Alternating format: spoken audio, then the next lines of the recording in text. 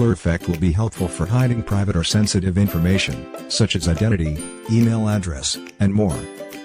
This feature is only activated when you select the video object and specify the playhead at the timestamp where you want to apply the effect.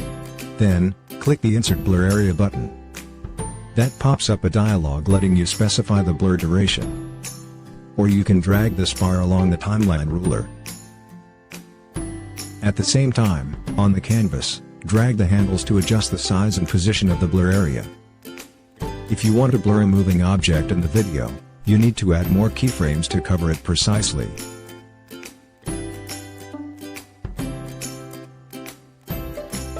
The more keyframes you insert, the more exactly the blur area covers the moving object. You can also change properties of the blur effect in the Properties pane the way you want. Let's see the preview.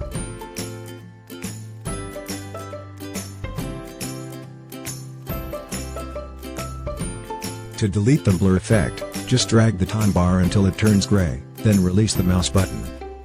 That's it.